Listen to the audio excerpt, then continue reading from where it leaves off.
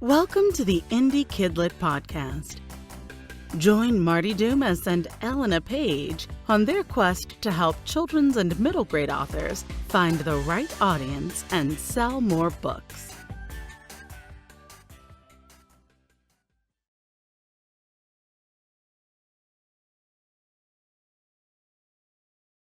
Welcome to the Indie KidLit podcast. I'm Elena Page. And I'm Marti Dumas. Welcome back for one of our special episodes today, which is our workshop and goal setting episodes. So we do that, Marti and I do that every 7th episode, where we discuss the 6 episodes prior and try to actually make use of the information and really use it rather than just nod at our guests nicely and learn new things. We want to make it practical and we want to share that journey with you so that it can inspire you to also make use of what you learn. Even if you only do one thing that you've picked up, could make a big difference to your career in the KidLit space. So welcome, Marti. Oh, thank you. I needed that welcome today. I'm feeling like a little bit slow, like not quite as chipper. So, if you're noticing the difference at all, probably not, because I'm still kind of smiling. But I really appreciate the welcome. So, and welcome to you as well, Elena. And I really like what you were saying just a second ago, because in the intro, because it's just the one thing, and like having us be out there and also trying to do the one thing, the two things, we can be a cautionary tale sometimes as well. Like this thing kind of worked or it didn't kind of work for us. And so maybe people will hear it and be able to say, oh, okay, I'm not going to try that. Or maybe they'll try it anyway, but try it with caution so that they are more willing to put themselves out there and think, okay, it doesn't have to be perfect every time. Like it's kind of an iterative process, where it's like you try it, like what part of it worked, what didn't, okay, try it again. I feel like a lot of people get discouraged really quickly who are writing in our age category because they are wanting it to like work right away. But the truth is that nobody has figured out the exact formula for our age category yet. So we're all kind of being lab scientists out here. So welcome, fellow lab scientist, Elena. Look, I wish I could say that anybody, any writer has worked out the completely perfect formula. This is true. Yeah. So what works for one person seems not to work for another. And being a psychologist originally, there's just too many variables, like if there was just 5 little variables and you got them all right, and then you could be guaranteed success, but there's about 500 little variables. So, it's trial and error. It's always trial and error. And even with some of the people who have courses who are like I don't think anybody actually guarantees you results, but they've got like a pretty replicable formula, right? Where if you are, they've got a pretty replicable formula where if you are following their steps, then you are going to have some level of success. Like you're probably going to move some copies or be able to say, okay, maybe it's actually my product and not the process.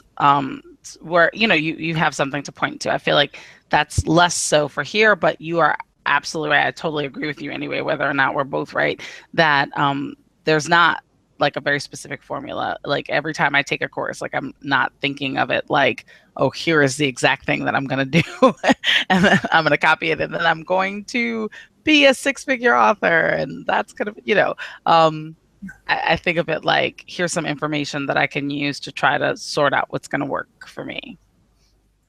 Yeah, and I heard the other day on somebody else's podcast, and I feel like I want to share this, where it sounds like a silly thing, but when they said it, I went, oh my gosh, I do that all the time. And I can't remember who was being interviewed, but she said, it was a woman, she said, you can make like a goal, but make sure your goal is like can be achieved, meaning don't make a goal like, I want to be a successful author. She said, because you can't control the successful bit. You can actually, I want to be a famous author, which I do all the time because I'm all about the fame. You're all about the money and I'm all about the fame. So I'm going to pause you and make sure that I am not all about the money, but we will. It's cool. All right, cool. Here we go. It's funny. But, when she said that, I thought, oh my God, she's right. Because, she said when you do that, you set yourself up for constant disappointment because you can't control. Look, you could write the most brilliant book on the planet and it may never make it. It may never make you famous. It may never make you rich. So the only thing you can control is that you write a fantastic book and that you keep writing books that you're really proud and pleased of. And when she said that, I thought, okay, I'm going to shift my goals a little, make them a bit more realistic. Which sounds stupid. Like, of course I should have known that, but something in my head, because that's what we all aim for, the big, big thing. It's still my secret aim, but it's not something I can control. And so I can't actually, measure my life on that basis. Absolutely. It's that whole SMART goal concept, which I'm trying to right now. I'm not feeling the brightest right now, but I'm trying to remember what all the letters in SMART stands for. But one of them is measurable. That's the M, definitely. The A is attainable. The T is time bound. And so then and the R is realistic. Realistic. There we go. And then do we have S? Because we can have all. Specific. There we go. Yeah. All right. So then we've got all the letters of SMART. Yeah. How do you know if it's a good book? One child likes it. That's that part's tick. I don't know. Right. But whether or not the child liked it would be a different thing, right? So I mean, I guess you could probably frame that in that SMART goal way as well. But having a goal that you can actually measure, actually achieve, that way that you've done that thing and you can add on to it or move on to the next. Like if it's a kind of thing that you can't figure out if you've done it, then you might never stop doing it. You might never move on to the next thing. So then, I don't think that that's a silly realization. I think that's amazing. I think that's really important. One other crazy thing, this is completely random, has nothing to do with anything we're going to talk about today, but I heard this today on a podcast from this guy, the guy that wrote The Psychology of Persuasion, Influence, The Psychology of Persuasion, Robert Cialdini. I was listening to an interview with him today and he's written this new book and gosh, what did he call it? Anyway, it doesn't matter, look it up. But or I'll put it in the show notes. There you go. I've made a promise now, so I'll have to keep that. But he was talking about how, and I thought, I'm so going to do this. He said, he was giving the example that we're actually influenced more than we realize by these subtle things. So, for example, if you got boys and girls to do a science test in a room where there's posters of smart-looking girls on the wall, the girls will perform better on the test. And if you, for example, go into a bed shop and there's pictures of soft, fluffy clouds on the wall, that you're more likely to buy a soft mattress than a hard one. So we're influenced. And he said this, and I thought, I'm going to do that. He said they've measured it, that if you put a little photo in the corner of your computer or on your wall of who your ideal reader is as you're writing the story, you will write a better story. And it's scientifically measurable. And I'm like, that is so cool. That's awesome. That's one of those tips that I always mean to do. I have sort of a mental picture of who it is that I'm writing the story for, but having an actual picture is a thing that I always mean to do and somehow never get around to. Now I'm going to have to add that to my list of update things. So we can, in 7 episodes, we can be like, Marti, did you put up a picture? Darn it. No, I won't, because I don't like not meeting. I don't like not meeting my goals. So I probably will definitely do it now. Yeah. So what have you been up to? Tell us tell us what you're up to in your book writing adventure. Some of the things maybe from that we promised we were going to do on our last goal setting, like some of those things that you might have ticked off your list. What you feel you've made progress on. Absolutely. So you said a lot of things. So do you want to just start with updates? Sure. Okay. So since the last time, or some of this may be repeat for people who are just listening to the last episode, but I have now written 2 books in the Dragon series, which I think that I'm the worst at titles, the worst. I use working titles for forever. I think that right now I'm going to call the series The Book of Life, and maybe not, but so the Dragon books, I've finished 2 of those. How many thousands of words? Sorry to interrupt. How many thousands of words, roughly? Are the Dragon books? They're about 40,000 words each. So yeah. And I have written the last books in the Jade and Toussaint series. So I won't say that it's necessarily the last, but it's definitely the last for a while. We said 5, we sort of contracted for 5, and so the 5th book of that will come out in July.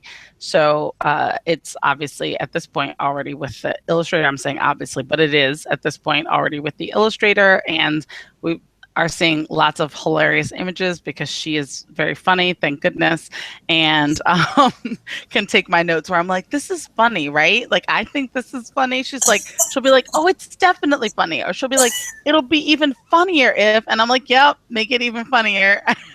I need you, Stephanie. So there's so that bit is in the works. And then also my children and I have started co-writing a series that we're going to put out under a pen name of My Son is Obsessed with Animal Facts. My daughter actually really loves animal facts, but he loves them so much.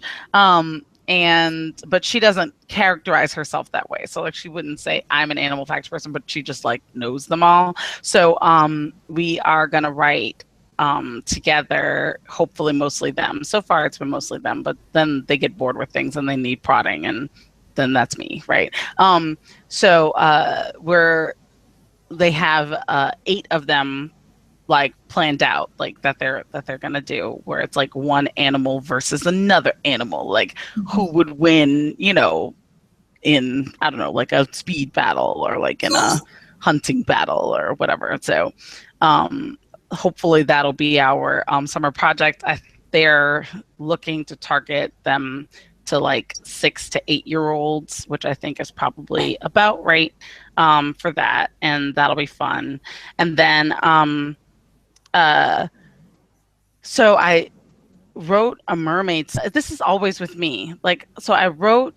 I started writing a mermaid story. I started plotting a mermaid story because I was just going to have a little mermaid story and a Hans Christian Andersen tribute thing.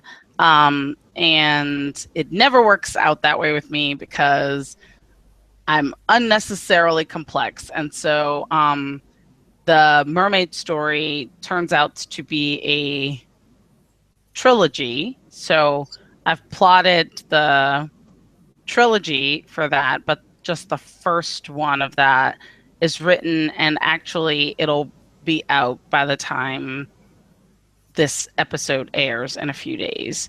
So that's cool. That one's called The Little Human, so you can tell which Hans Christian Andersen story it's written off of. Right. And is that, I think that might be it. Is that it? You've been busy. You think? Yeah. I feel like everybody is so much more prolific than me.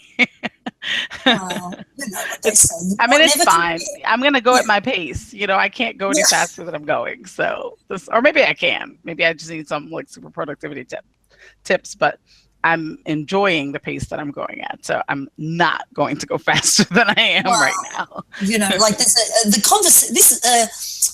Two authors go into a bar. Two indie authors go into a bar, and the first indie author says, "Oof, I only wrote 30 books this year. How about you?"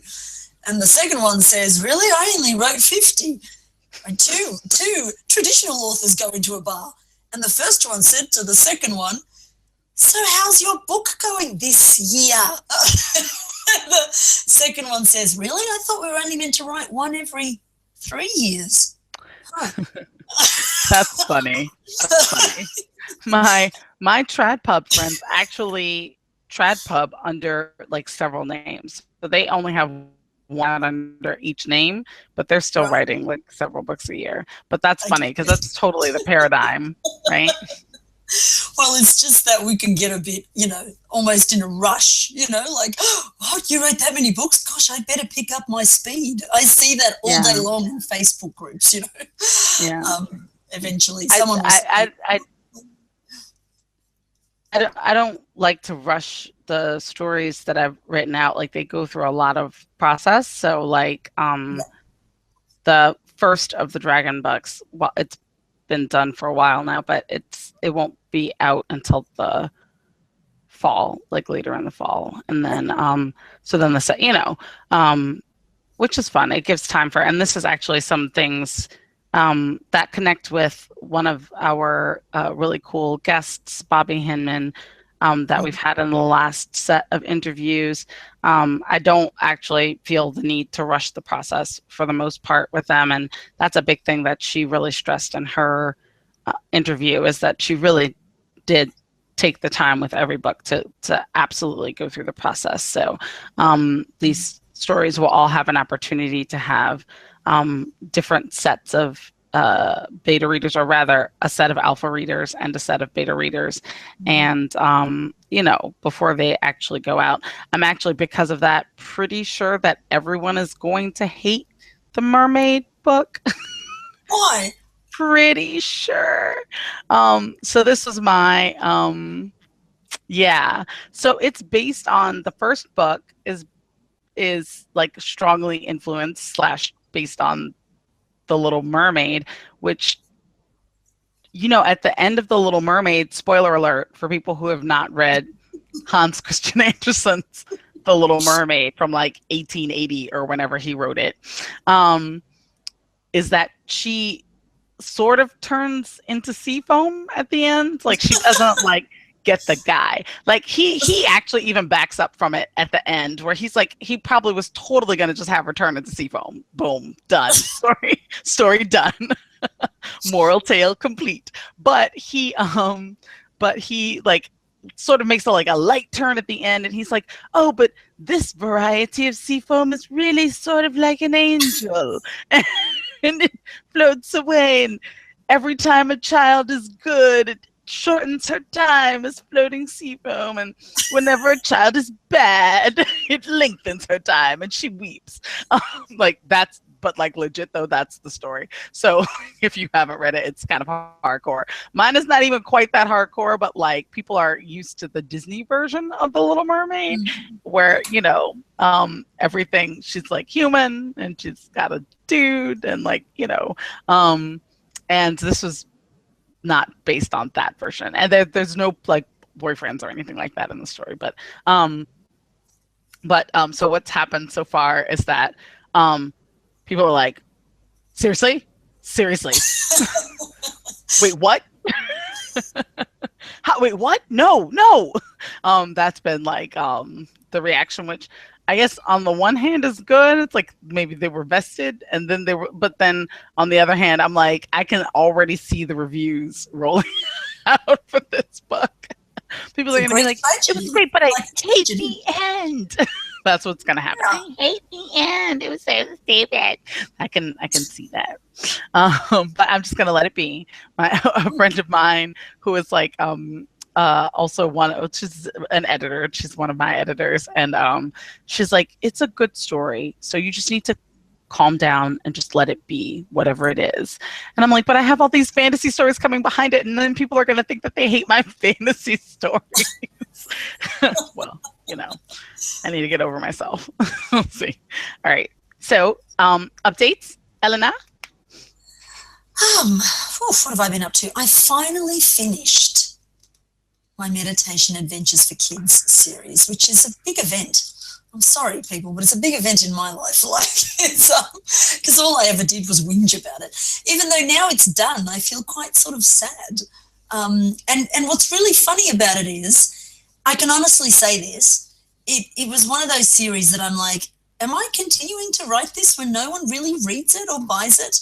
But it suddenly hit the end and everybody went, what? You're not writing anymore? But we love this series, and came out of the woodwork. I was like, go figure.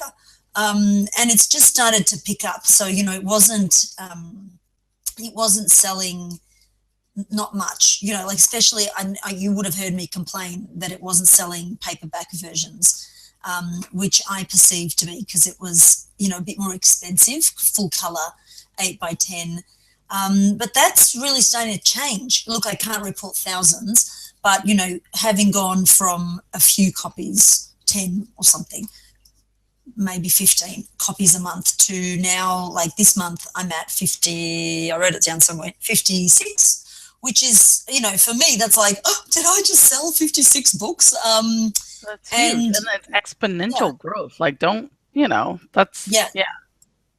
And that was just in a month, like, do you know what I mean? Like, it went from a few, like that amount, sometimes a few, like less, and now it's consistently doing that many. It's done that for the last 2 months. And I think that's mostly because I went perma-free with the first one again, which I did originally when it was out, put it paid for a little while, and then I put it back to perma-free. And then I had this crazy period, I don't know what did it, where I was having like 5,000 downloads a day on the free perma-free book. And then I couldn't believe it. Like, it was just, it was not slowing down. And then, God bless Amazon. But I had, like, in the description of your book, I didn't know this was a rule, so it's my bad because I didn't read the rules. But I had my website, for more stories, visit elenapage.com. And they wrote to me and said, we have pulled your book down immediately because you have your website listed. And when I went on the website, on the Amazon website, it had, this book is defective or something really horrible. And we have contacted the publisher to fix it. And I cracked it. I cracked it so bad, which I probably shouldn't have. But I was in one of my, reactive modes. And I sent an email and said, how dare you write that the book is defective? And then I must have been on drugs that day, I swear. I wasn't. I don't even drink coffee. But I CC'd Jeff Bezos because I'd heard his email one day on a podcast in the email. So I sent it to Jeff. Oh my God. And I didn't, I thought I was not going to see it, but anyway, I'm going to send it. And then I get this email back from, I won't say his name, but one of the, it said, we want you to know that Jeff has seen your email. I'm so sorry I sent that email. But they said, he has seen it and we want to thank you for your feedback. We have heard you. And if you ever have any problems from now on, you can write to this email direct. And I'm like, okay, that's cool.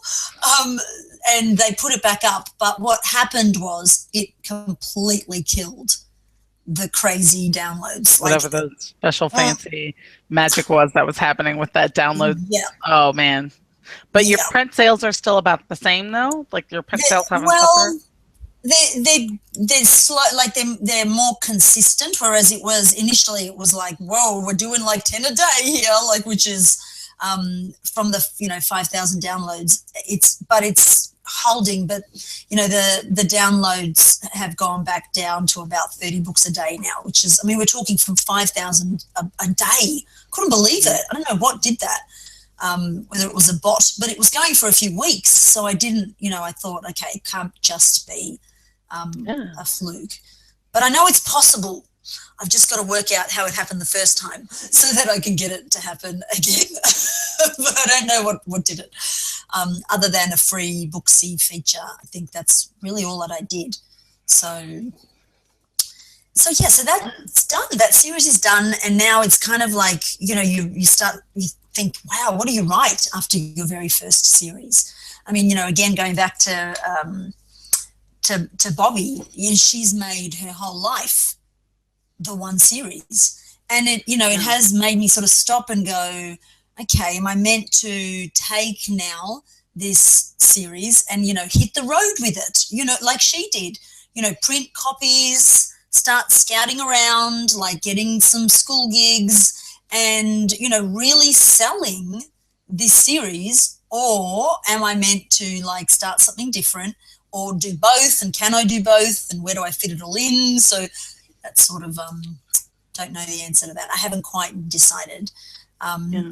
Yeah, but I've started a new series, which is an early reader series, Taki and Tula, Time Travelers, which was partially a little bit inspired by Justin Sloan's selling foreign publishing rights. So being of Greek background, I've got an interpreter all lined up. So, you know, I'm going to sort of try this sort of Greek thing. There's a really, really strong Greek population in Melbourne, Australia, where I am. Apparently second only to Athens. So all the Greeks live in Melbourne. And so, yeah, I'm sort of looking at it from a local perspective, not even that I'm going to, although I'd love to go live in Greece. But, you know, like just thought I'd try that as a little bit of a fun side project. And that's really all I've been up to. So that's my update. All right, that's a lot. Like, so you're again with the like, that's all. That's, you know, it's a lot. Which is funny that it's easy to hear that when somebody else is talking, and harder to hear it when you yourself are talking. Which is, I don't know, a bizarre trick of human psychology, maybe, or maybe I'm just the weirdo, which is quite possible. All right. So shall we go through with our lessons learned, or no? Did you have something else? I just, before we go through our lessons learned, I wanted to just quickly, if quickly is even possible, I wanted to ask you a bit about, you know, like in terms of your last lot of goals. Sure. I know that one of yours was starting to do school visits, and because I know you have done some, I'd love to hear your experience with that and how you went about it, some of the, you know, learnings. How did you go? Absolutely. So I have done several school visits. I have to report at least a little bit of failure on this, in that I did not do two of the things that I wanted to do and still have them on my to-do list. They're not lost. They're just not done at the time of this update. One of them is to add a school visits menu to my website. I do have like sort of a rough mock-up of what that is, because I've had to say it a bunch of times, so I went ahead and wrote it down, but I haven't actually put it on my website, so that's a thing that I haven't done yet. And then the other thing that I haven't actually done is, and I don't know that I'll ever have the strength or courage to do that, is to call schools or in any way contact them to ask if I can come to do a school visit, which is a thing that I know about myself. And so that is, so we have a little indie press, and so there, it's not just me, which is a little bit unfair in terms of our conversation. So there are 5 of us all together, and so then that is the thing that another person in our group is gonna start to take on for me. Particularly, and for like to be able to do that for the other authors that are on our team. It's actually easier for me to do it for other people than it is for me to do it for myself, which is also bizarre, but true. So I haven't done that yet, so I'll have to report out on that at another time, or report out on how I have set up Jeff to be able to help make those calls, and because then maybe we can all have somebody else to do it if we feel uncomfortable. Maybe that can just be the paradigm. Maybe we can set up an author swap where we all like swap and make calls for each other. Like, it makes sense though, doesn't it? It's a bit like the publishers calling, on behalf of the very famous popular author. Would you like absolutely. to have Marti Dumas visit your school? It sort of sounds better than, hi, it's Marti here. Yeah. So I haven't done that. I haven't been able to bring myself to do that, but I have done several school visits. All of them have contacted me via my website. So people who feel like they don't need to have personal websites, like, and have that thing. And I have a little contact me, page on my website, like everybody who has a website has probably. And they've all contacted me through that on my website. So they've all been quite different, but I have learned some things. One of the things that I've kind of perfected my send the book home form for me, right? So I'm happy to share that. If we could probably put a link to a copy in the show notes, probably. Yeah. Nice. But that's, again, this will be the one that I use, which maybe you'll look at it and then be like, that's lame, but it'll be a starting point and you'll be able to push and pull against it and do something else with yours. But one of the things that I did do, and again, someone else probably has if you have a smarter thing, you should tell us, right? But I made like a Jotform account, which links to our little presses PayPal, which then links to our little presses bank account, and where people can buy the books online. So the form that I have has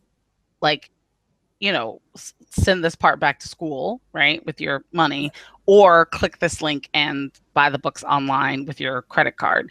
And then we can see on the back end, and people who do that, you can sign the books ahead of time, which is also useful. So one of the schools so I've done, since we talked last time, I've done 4 school visits. One of the schools used that form a lot. There were a lot.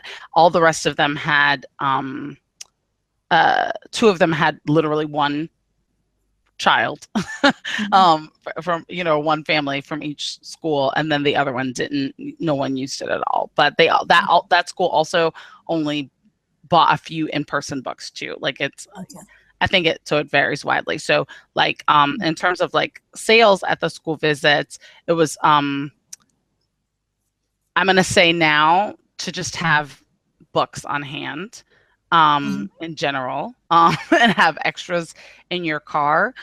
So at one of the school visits, I had 5 kids pre-order, which was cool, right?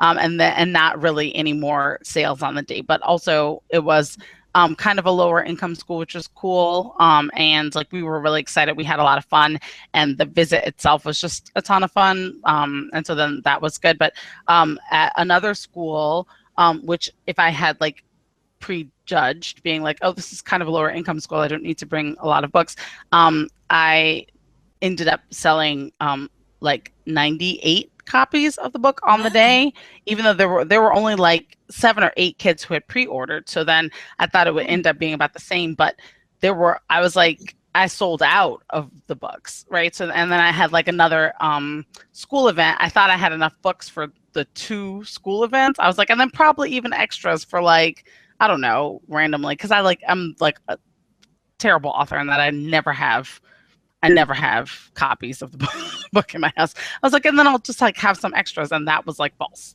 Those were gone after that school visit. So I think having backups, bringing extras is just a smart thing if you're gonna ever do more than one for that. And then really strongly communicating with the teacher how and when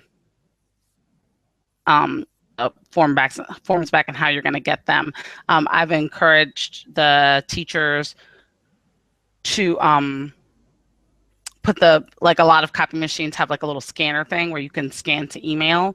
I've been if you can scan to email, that would be great. But even a picture with your phone to send it to me, because it's so much easier if you can see what they've written on the form. But yeah, anyway, I really like the actual school visit part.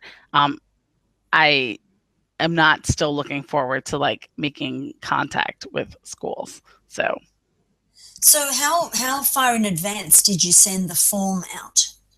okay. So it depended on the school site. Usually it was about 2 weeks ahead of time. Okay. And what age group did you do? How many groups a day? What number? So those are all also different too. So Different? Okay. so like in one of the schools, I just only talked to the 3rd grade. And they came in 2 shifts. And for another school, I talked to all of their classes from 3rd grade to 7th grade. Wow. Or was there a group of 8th graders? There might have even been a group of 8th graders in there. And they also came in shifts, but that was like literally all day. Like it was all day. And we just did different things, like with the 8th graders, my books are the books that they were asking me to come there because of were the Jayton Toussaint books. And so then those are illustrated chapter books, which are probably not on level for most 8th graders, although they are cute. So like the 8th grader would read it and be like, oh, that was cute. So that's, but we mostly talked about writing and like how to and then for the younger ones, it was more focused on the book. Like we did more like story time activity combo, right? So, and then it kind of did slight variations for different chunks of kids. Yeah, that was going to be my next question. What did you actually do with them? How did you know? Yeah. How did you know what to do with them? Like, did they ask you for certain topics, or did the schools just say we don't care, come? They didn't ask me. No one asked me for any particular topic. I have asked them like what their expectations are, and what they would hope to get out of an author visit. For some of them, it's just like we would like for them to have met an author. So if could be mostly Q&A, then that would be great. For one of them, the class had read the book. Oh, it's really actually super cute because the class had read the book the year before. So it was like the teacher went and got her students from the last year and brought them also into the classroom. And so then that was super cute. They had a ton of questions and mostly I just answered their questions. I didn't read to them at all in that one. Or like I had brought activities for us to do and we didn't get to any of them because they just had questions for the whole time. So that was fun.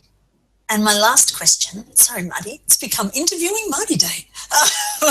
But that's good because I want to notice about, it's really, I know we've interviewed a lot of people about schools and we probably will continue to find, but it's one of those still scary areas for me. That's why I'm like, tell me exactly how you did that. And what did you say next? And what did you do after that? Because I'm like scared of the actual real children. And I'm fine. Because you're a teacher originally, but to be honest, I'm fine to answer the questions, not because that. I'm scared to death of the teachers. I'm really scared of the teachers. Right. So what I wanted to ask was, did you charge the school for the visits? So I have my writing has a mission, like a very particular mission, and part of it is representation. And so I think that reality, or not even reality, because let's be real, most of my stories are fantasy. Most of the stories that I've written are fantasy, but I feel like having Southern children in books and having their reality be positioned as the normal and other things not being positioned as the normal is important perspective for both sides, right? Like both for kids who are not from the Southern United States to not think that having, like the super cold winter or like whatever the thing is normal, and then the other thing is not normal, and then vice versa for the kids who are from here. Like as young children here, they force us to cut out snowflakes out of like construction paper, and like we don't like it literally makes no sense. We also cut out fall leaves. We don't get fall leaves here, but like we cut out leaves and colors and like tape them onto windows, which is bizarre, but like we like it's anyway, it's a different kind of position. Anyway, so because of that, I won't ever, because representation is a part of my personal mission, I won't ever charge for a visit that's local. However, some of the schools have had a budget for it. And so when I say I don't charge locally and they say, but we have a budget for it, then I say, well, you could buy a set of books with that money and either give it to another school that you feel would feel that was a blessing, or you can make sure that every child has a copy of the books in the classes that are going to visit, so that they don't have to worry about who brought money and who, whatever. So however you're going to do that or whatever. So I've done that. But I've now done, so those are just the school visits, but now I've done 2 speaking engagements. And I did take the money for those. I was like, yep, I charge. And I actually went into our little group and was like, how much money do I tell them? Because I don't know. But so they weren't schools, but what were they then that invited you? Remind me, because I know so writers conference, and then also a reading festival. Terrific. Nice, well done. That's brilliant. Very inspiring and encouraging. Sure. All right. So are we now? Is it cool now if we go into it's cool now. Yep. Thank you for doing all that for me, because it's all about me. Just as long as we remember that, we're all on good footing.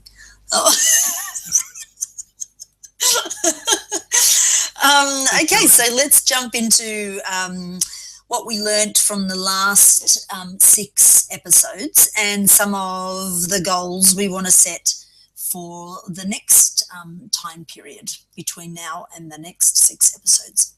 Absolutely. So we have our friend Justin Sloan, who is really killing it right now in the adult urban fantasy space, and is still working at his middle grade books, which we're excited that he is not abandoning ship, and he's still making all those things a part of his universe. So what were the things that you picked up from Justin that you're going to be trying out, Elena? For me, it was the selling the foreign publishing rights. Although having said that, I probably am not really focused on selling the rights. I'm more focused on translating them myself and keeping the rights because I'm greedy. But that's only because I'm comfortable in that language. Actually, that's not true. I'm not that comfortable in that language. I only know how to talk like, kind of conversational Greek, not really, which is why I need to hire an interpreter. But I still feel that that's just enough confidence that I could own the rights. But if someone did come knocking and said, hey, we want the rights to spread those books through, all of Greece, I'd probably give them up in a heartbeat, So and it might not lead anywhere, but I think it's sort of just it just feels a bit exciting, doesn't it, to sort of, kind of go into a different language, dip my toe in and just see if those waters are warm or maybe they're really cold.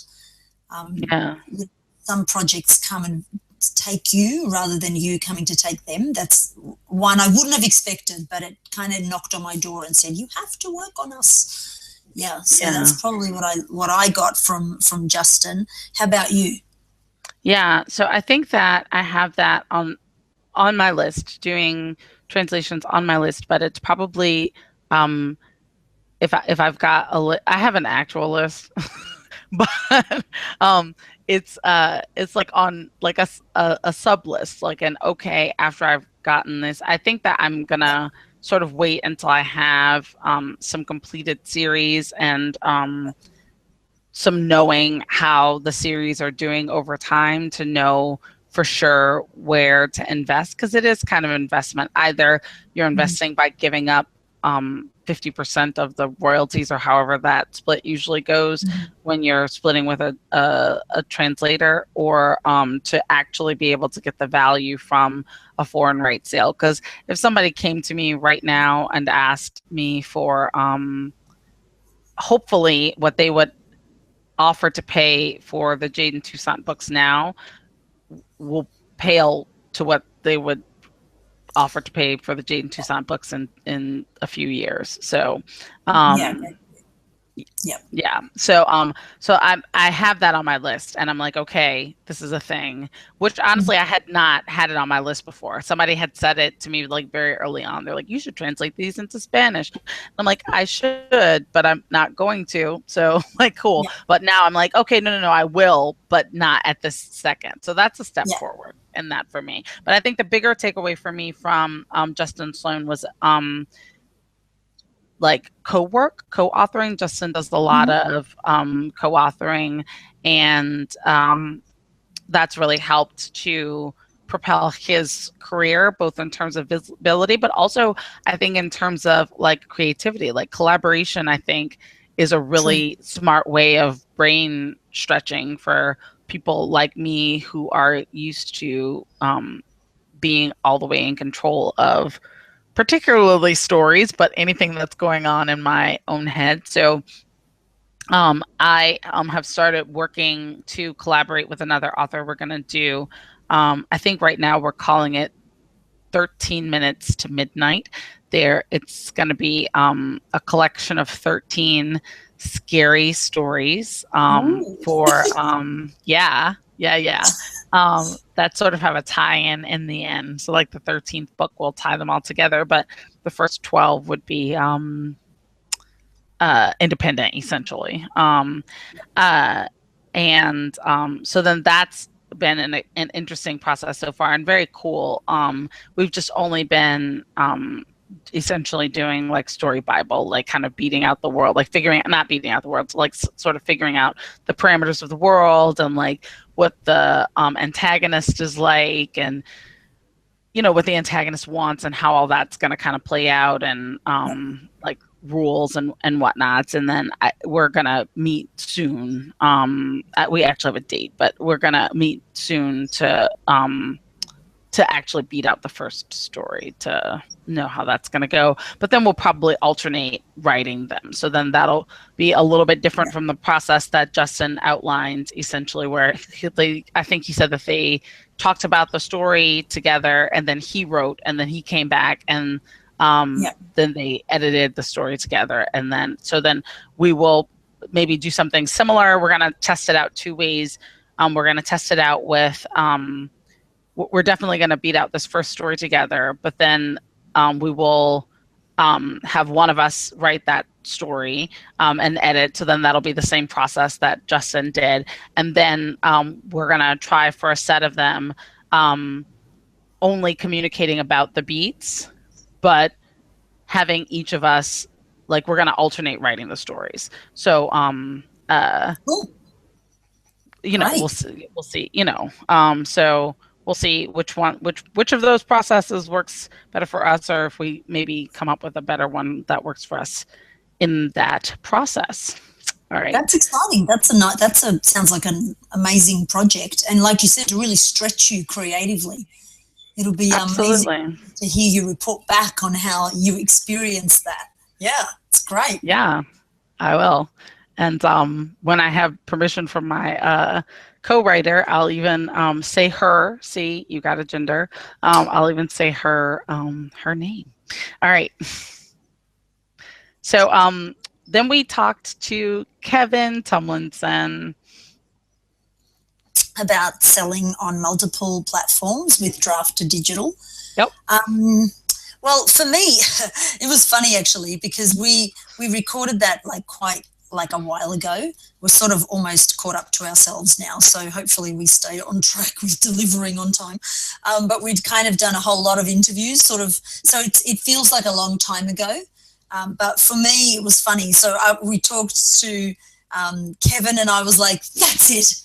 I am going wide. So I went wide, and then, you know, after about a month went, okay, I'm going back into, you know, Kindle Unlimited, which was funny because it made me, you know, just reflect on how influential listening to podcasts can be. And, you know, whoever you interview, especially, you know, Kevin's so enthusiastic. He convinced me on the spot. And it's not that I think he's wrong. I think, you know, I love the concept of being wide. But I finally had to sort of step back, and rather than looking at what the perfect world should be like in my mind, I had to look at the actual real numbers and results. And, you know, even the small page reads, which I don't get a lot, but I haven't done any advertising yet other than Amazon ads. But the page reads, even on a minor level, do raise the status of the books and get them more visibility. And they didn't sell at all on the other platforms because they take time to build up. But what I did do as a result of Kevin's interview was as I said, put the first one perma-free, put it across the board. And so, you know, starting to even build that little bit of a following on those other platforms, so that eventually, if I do go back, they don't just go, who the hell is Eleanor Page? You know, oh, right, I've read that book. And maybe they bought the other ones in paperback too, who knows? Because parents still love their paperbacks at the end of the day. So that was me from Kevin. How about you? Right. So their universal book linker is a thing that similar thing, right? So I have a book that is free across all platforms currently that I'm looking in the next quarter to shift to paid permanently, and except, you know, maybe for the odd promotion. And so I do have advertising for not just my books, but the other books that are in our publishing group. And one of the things that we're going to be shifting to, so like with ads, social proof is everything. Mm-hmm. Social proof is everything. And I guarantee you, you know, like we had an ad that had about 40,000 likes on it. That was had like a really low for us cost per click. So like the cost per click was like 9 cents or something like that on the thing. So then that was good for us. It was made it profitable, right? So then we could get enough eyes on it, enough people clicking to be able to generate enough sales to more than justify the advertising cost. But then because of a thing, right? So I won't go into all that we'd have to have like a whole episode to talk about that. But because of a thing, the ad got reset. So that ad got reset. That whole series of ads got reset, right? So it's the exact same ad copy, right? Going to the exact same audience without that social proof on it. The cost per click went up to like 74 cents per click. Social proof is everything. So with the as we're moving to like move our ads for my Jade and Toussaint book series away from talking about the free First in series ebook, we're going to use the drafted digital book link that Kevin mentioned in the interview, because it does offer all the platforms inside of it, and also being able to still have your affiliate codes inside of the link for the various places is really cool, because even if your affiliate codes are not generating a ton of actual income for you, it is probably generating a lot of information about who is buying your book based on like the other things that they're buying. So then you can figure out who your actual audience is, which you don't always know. Like a lot of times the people who are liking your ads are liking in solidarity, but they're not actually buying. And so then to be able to figure out who the buyer is, like sometimes seeing the other things that they're buying really does help you figure out who that person is so that you can serve them better. You can be like, okay, I can find you easier so that you can find this product easier, and it's obviously filling a need that you have, so that makes that easier for you. So we're going to use that. We're using that as we're building up new ads, but it takes a while for enough social proof to build up for those ads to be viable. So we're using them in the new ads that are like running small until they can have enough social proof on them to be able to run them big. Terrific. Yeah. No, yeah, I forgot about the book linker is fabulous. I use that as well. It's amazing. Really, really. Yeah, that's great. Yeah, it's a shame. So it's the same sort of effect, isn't it, where they chopped you off and then it's hard to get back to that original place. I don't know why they do that. We're going to get there. We're going to get there. It took time to get there in the first place. It'll take time to get back there. It's good. Yeah. Uh-huh. So then we had three Instafreebie focused interviews. So how's your Instafreebie journey, Elena? Right. Well, I've had a funny journey with Instafreebie. So I'm the one, as you know, we said in that last interview, like everyone started Instafreebie because of Elena Page. And then it was so bizarre because when that last interview went up, it's like Instafreebie just died for me. Like it was bizarre. And then it wasn't just me, because I thought it must be me. So I went into, some of the Facebook groups, and a lot of other authors were saying the same thing. Like a lot of authors were saying, I think the Instafreebie thing has come and gone now. And I was like, was that it? That can't be it. It didn't last very long. It just, I don't know, like promos didn't seem to be around all of a sudden for the kids genre. Look, it might have been just, like I wasn't paying attention for them. But I started to get like 0 signups from Instafreebie, which sounds terrible, but it happened. So I actually like put my plan down, which is awful because I had just published these wonderful, promos of Instafreebie, and then secretly I've just unsubscribed from them. But I'm still, on their plan, but I went down to the free plan. And then recently I just put it back on again and thought, you know what, I'm just going to, give it another shot, and just see if it's, like many authors are saying in the Facebook groups, that's it, it's passed, or whether it's just, my attitude that's making that happen, because it can be, we listen so much to each other, don't we?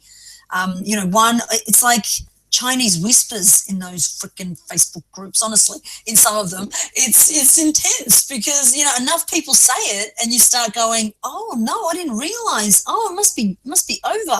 And then it's like that thing passes. But, look, I'm sure the more people get on there, the more their audience gets kind of exhausted, potentially. But it could also be that, I've been giving away the same books now for, a fair few months. So maybe, I need to, in order to get new readers from that platform, I now need to put a new book. I did write, if you remember, an exclusive book.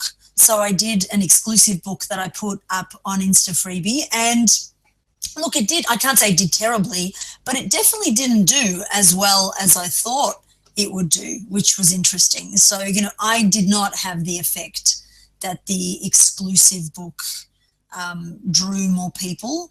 It seemed to me that more people were interested in the first in series than they were in a kind of different book related to the series, even though really, the meditation adventures in the book stand alone. But yeah, so that didn't have it did okay, but it didn't, I thought it was just going to be like, wow, tons and tons more downloads. It didn't really do that. And I'm swinging a bit back now to BookFunnel, which is, I shouldn't say the competitor, but they're, like a lot of authors have the two of them. You will use Instafreebie and BookFunnel, but BookFunnel now has just started, I don't know if you saw this, they just started this week their own Facebook group where people can do promos together.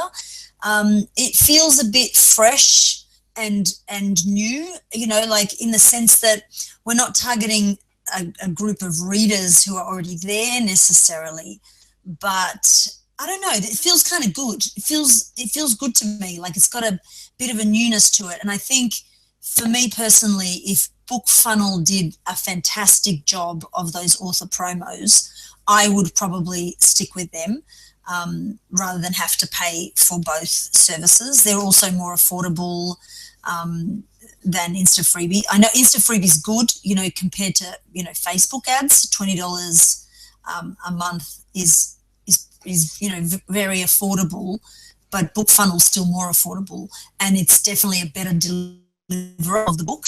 So currently, when people sign up via Instafreebie, I still send them an email saying, here's the book in case you didn't get it through BookFunnel, and I get at least 70% click on the BookFunnel link.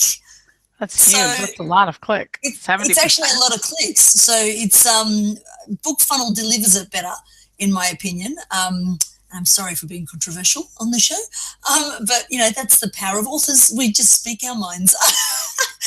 That's just been my personal experience. How about you? Yeah, so I haven't used it for ongoing email collection. I've only done it, or like mailing list growth. I've only done it as a part of group promos, and I haven't done any group promos recently, mainly because I don't want to tire my list or train them that the people who are there should just wait for me to send like some free books.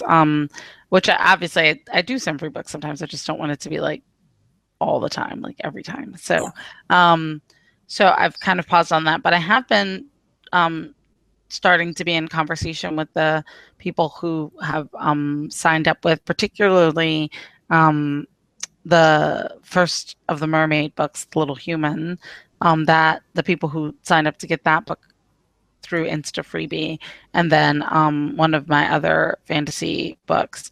And it's been really interesting because people have been very responsive to emails. Like when I ask questions in emails, or like people have been interested in starting up a conversation.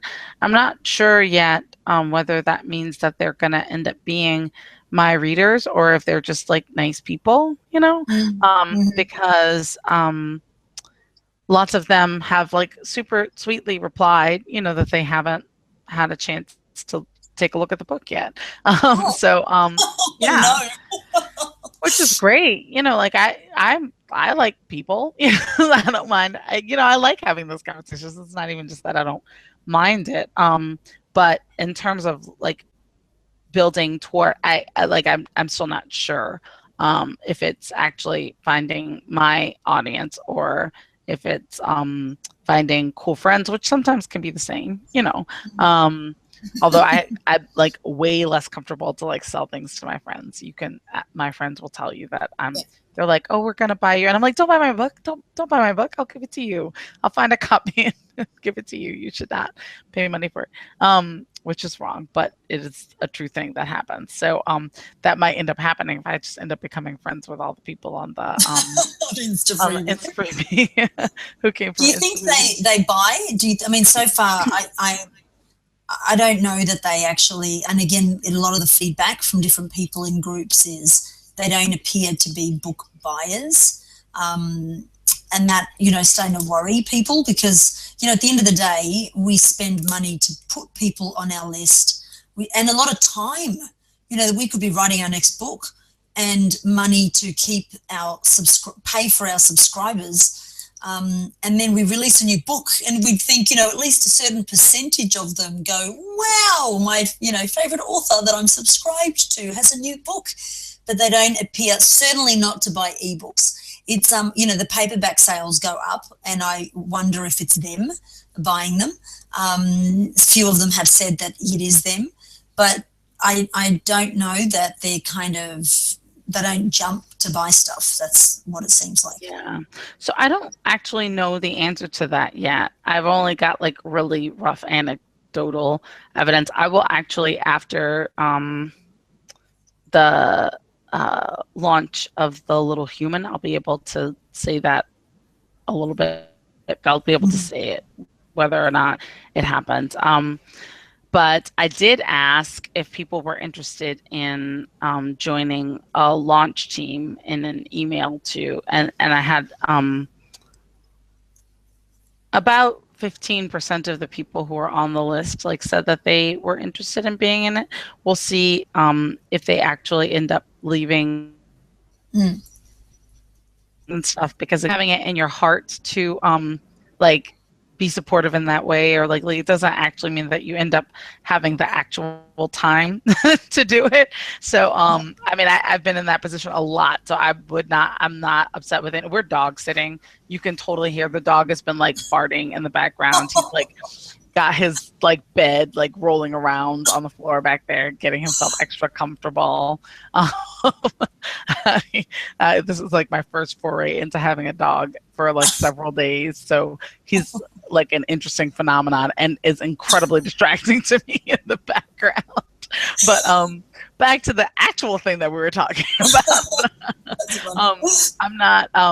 We'll see. But I often have it in my heart to do things, but don't end up having the time or space to be able to do it. So I'll see. I'll definitely report back about how that actually works out, and if after the launch, if there are more sales. I can't say super anecdotally that the one book, The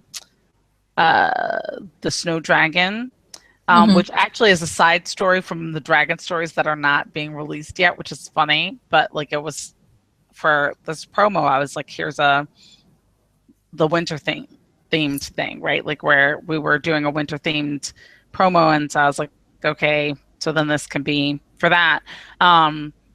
It has sold some print copies, but I haven't put it out to any, I haven't said even that it's out there with anyone. So maybe that's that, so it's possible is what I'm saying. So, but I don't know, because it's not direct. I didn't use a tracking link or anything like that. So I, in the back of the book to Amazon, or, I wasn't fancy to try to figure out a definitive connectivity. It's very anecdotal is not the word. That's the wrong word. What am I saying? It's not causal. It is, what's the other one? Corollary. What? It's a correlation. It's not correlated. Yep. Yeah. Okay. There we go. Yeah. So I wonder too if you gave, I'm just throwing this out there, but there was at one point I had it's like a course platform, and I actually put into the course platform all the illustrations of the books. So I put all the illustrations under each lesson, because it's like a course platform. So I put, book one, and then, all the illustrations for them to download as black and white for coloring in. And then I put the audio version of the book in there as well. And I had that as a bit of a, it had a low uptake rate, because it was, a bit cumbersome in the sense that they had to sign up on this platform. But, the people that did do it definitely became super fans, because for them to have gone to that trouble, and now, I'm thinking, okay, was that a bit crazy giving them, the audio for free? Because a lot of them then said, we love it. We play it at night for our kids, and it gets them to bed, and it's amazing. And by the way, we bought the paperback, and I thought, I wonder, especially with the kids market, if giving them one version in free actually motivates them to buy a different version, particularly if they like it. And if they didn't like it, well, they weren't going to bloody buy it anyway, right? Absolutely. you know. You know that I think that that's true. Like as a parent, I want to see the thing before I'm buying the thing. So if I'm not standing in a bookstore to flip through it and read through a few chapters and see before I pay for it, then that's the only way, you know. And if your preview is like super tiny and like I can't, you know, whatever, I feel like that's the only way. And also, like if you really like a book, particularly if it's a kid's book, how many copies of your kid's favorite books have you ended up buying? Like, just think about it. I mean, how many sets of the Harry Potter books have I bought over the years? Like, for not just from like for my classroom, for my own children. Oh, the baby is now big enough that he's starting to read them, and now we're missing book. You know, like it's like we buy it again. You know, like it's like if you like it, you're gonna buy it, and then there's gonna be another kid that you're like, oh, you would really love this. My kid, these really help. You know, so you buy it for them too. You know, so. I think in that sense, like there's a lot of longevity for us that there might not be for, I guess it's probably still true in the adult market, but with the freewheeling gift giving is a thing that happens at certain points for children in a way that it probably doesn't happen for adults. Right. So how we use that list might need to be a little bit more creative. And, you know, like even in a different industry, I find it funny because, you know, like as authors, we're like, well, the person got on my list. They must really like my book. So I now expect them to buy all my books. And in, you know, like a different online environment, we would never assume that. You know, we would assume that we have to, I think I mentioned it in the last, we have to get them past that tripwire to at least buy one little thing off us. Now they're buyers. But in order to become buyers, they have to know, like, and trust us as, you know, authors. And that's probably going to take them, like you said, first of all, reading the book and maybe reading multiple things that we've written to actually begin to go, hey, I actually really like Marti's books. You know, like if she ever brought one out, I would read it now after 15 of her books. Maybe, I don't know, like it's just it's an interesting thing. You know, I as in a bit of an aside, but it relates to this, I interviewed an author on a different platform recently about her books, but she was an artist as well. And she was talking about, and I just found this so valuable, she was talking about like when she sells, you know, when somebody sells art, it's as much about they're actually buying the experience. So, you know, she said if you go to a, you know, really high-end art thing where they, you know, you're drinking champagne and eating canapes and everyone's dressed really richly and there's beautiful music, then when they announce that it's $25,000 for that piece of art, it's all part of the experience. And, you know, she said that experience is everything. And I thought, you know, it's the same with books, right? Like we are creating an experience and we don't really think of it like that. We just go, wrote a book, there it is. You know, what's the experience we're creating when people step into our website or into our world? I think, you know, that's probably one of your strengths. That's why you've done so well with the Jade and Toussaint, because it is like an experience. I don't just read a book. You know, like Jaden is an experience, you know, he's so real and charismatic, and it's like I enter another, you know, world. And, you know, your website feels like that, you know, even the whole Southern experience, you know, like it's an experience, which is amazing for whatever culture reads that. I think we don't tap that enough with, you know, and think about what experience we want we want to give our subscribers. We're always thinking about what we want to get from them.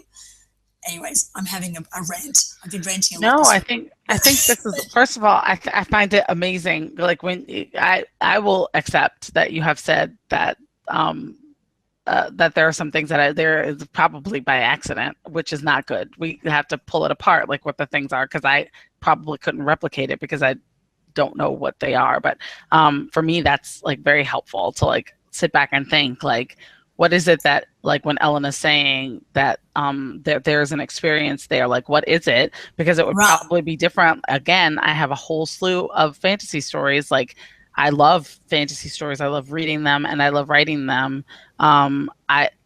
probably am going to need to be conscious about like what kind of experience is being created around these ones. But it probably should be done consciously, because left to happy accident, I may not have it. So then that's a thing. So I think romance does that so well, don't they? That's why they do such good sales, because it's a whole experience. It's and they know what their readers are trying to get from the experience. If you are an even moderately successful romance writer, then you really understand what you and your reader are trying to get out of the journey, and you're delivering that in a loving way, like not like in a here's the cookie cutter, eat it, kind of way. It's like, I appreciate this journey. I know what this experience is like for me. And I want to be able to give someone else that experience so that they can have it. So I agree with you. And we need to like really sit down and think. I think you've just booked yourself for a mastermind session, Elena. I think we need to really sit down and think about this, like really consciously, like, what's the experience, and like, what are we, how are we conveying that in the thing? So that's super cool. All right. We have been on for almost an hour, so we should probably, but we just only have one more person to talk about, and that is Bobbie Hinman. And Bobbie is our really cool, the best fairy books author. She has all the fairy books, the Knot Fairy and the Fart Fairy and the Sock Fairy. So what were your takeaways from Bobbie? I really loved that, she put so much really, careful thought and attention to getting her product right, and she saw it as a product.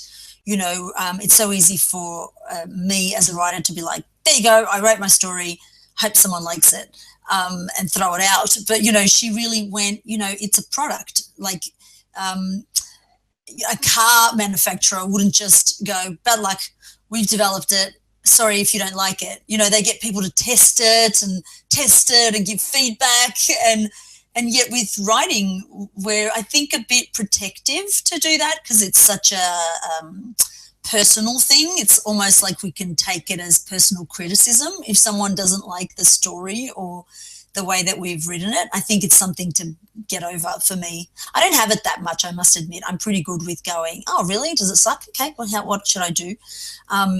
But I'm very much like, I don't want to take up people's time to read my story. That's one of my shortcomings, but I think it'd be great, like you said, to get those beta readers. And you don't have to change anything. You do get to decide, but why not get that feedback? I thought Bobbie was fantastic at doing that. And she went, she went for like an artist that matched her vision. Like I said earlier, I love that she really stayed true to, I've written this series, I'm going to take a risk on it, I believe in it. She printed 5,000 copies, and then, didn't go, oh, well, I'll stick them in the garage. She said, I'm going to, hit the pavement until they sell. And right.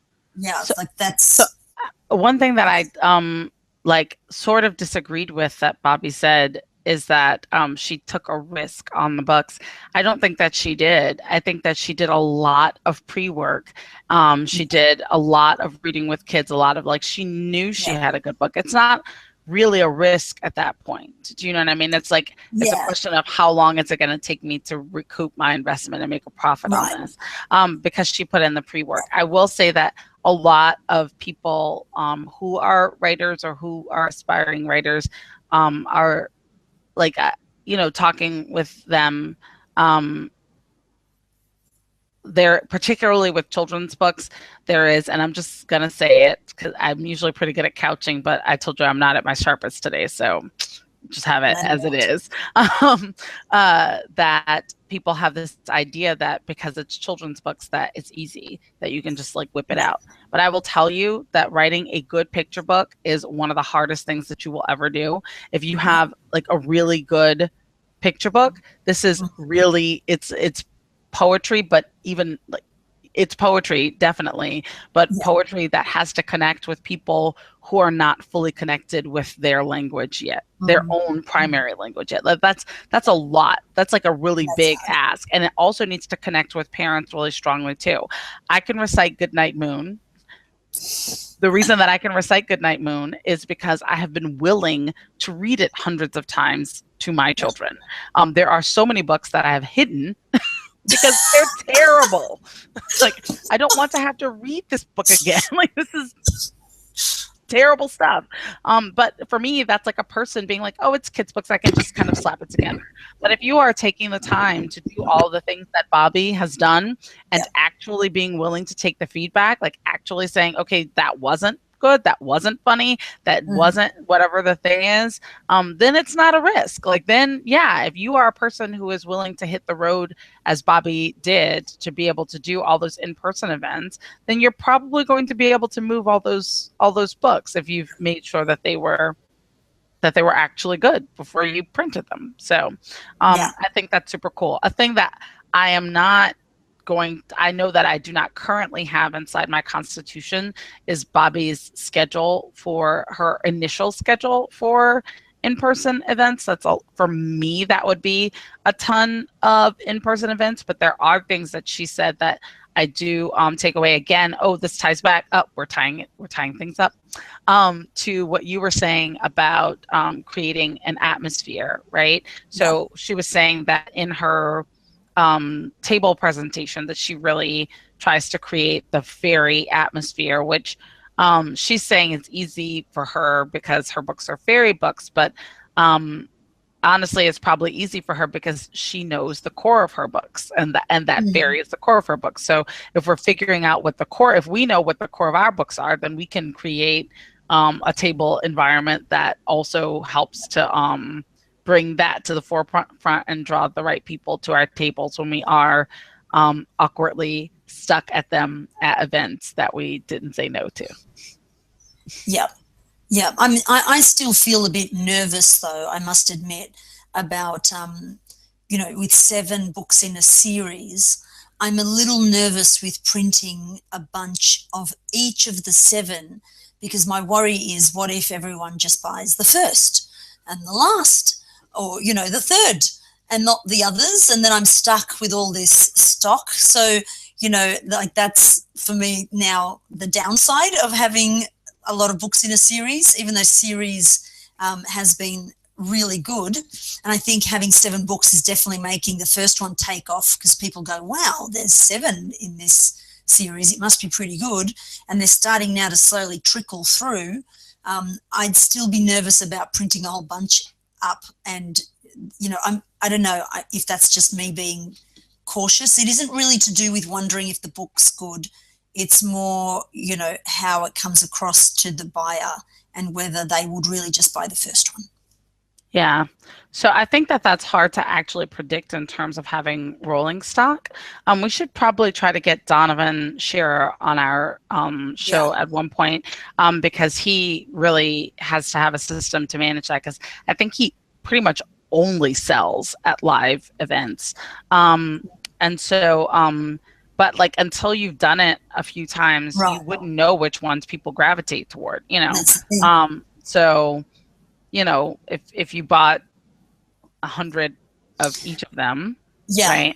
And you ran out of the first one, and then you reordered those, and then you did, it would just take you longer to get through, the 2, 3, 4, 5, 6, and 7, but ordering one, So. Yeah, that's the thing. It's I don't know, it's psychologically holding me back now, doing the live stuff, because I want to do it, but I'm just nervous about, because I've had that book sitting in the garage experience. Oh, have you? Oh, wow. Yeah. Okay. Yeah. In my other, in my adult nonfiction world under Helen Page. So, I still have books in my garage, and it's only because, I think I got like 10,000 or something, or I got 5 and then I did another 5, but whatever I did, it's ages ago now. It sort of started as I did a lot of live stuff, and then as I got really busy, because, you know, the more live stuff you do, the more popular you sort of become online. Then I did less live stuff, and so then they stay in the garage because they're dependent on me going out and being out. So if I'm out, I sell them, but if I'm not, I literally don't. You have frozen in a shocked expression. We're still taping. So I'm just going to give it a minute for you to come back online.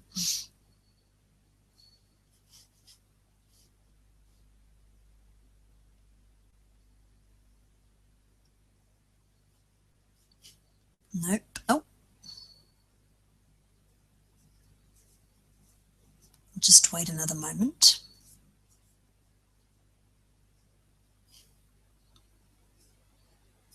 Looks like Marti has been shocked off the airwaves, and she's the one that pressed record, so I don't know how to stop taping. But I'll just wait another minute for her to hopefully come back online, or otherwise I will have to close off the show.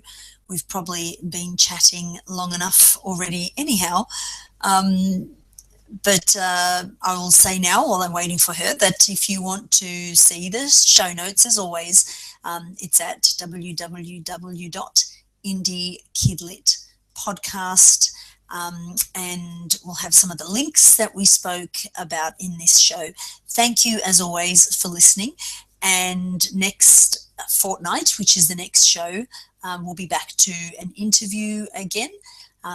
And we again thank you for listening to the show. Sorry about the technical difficulty, and we'll see you on the next show.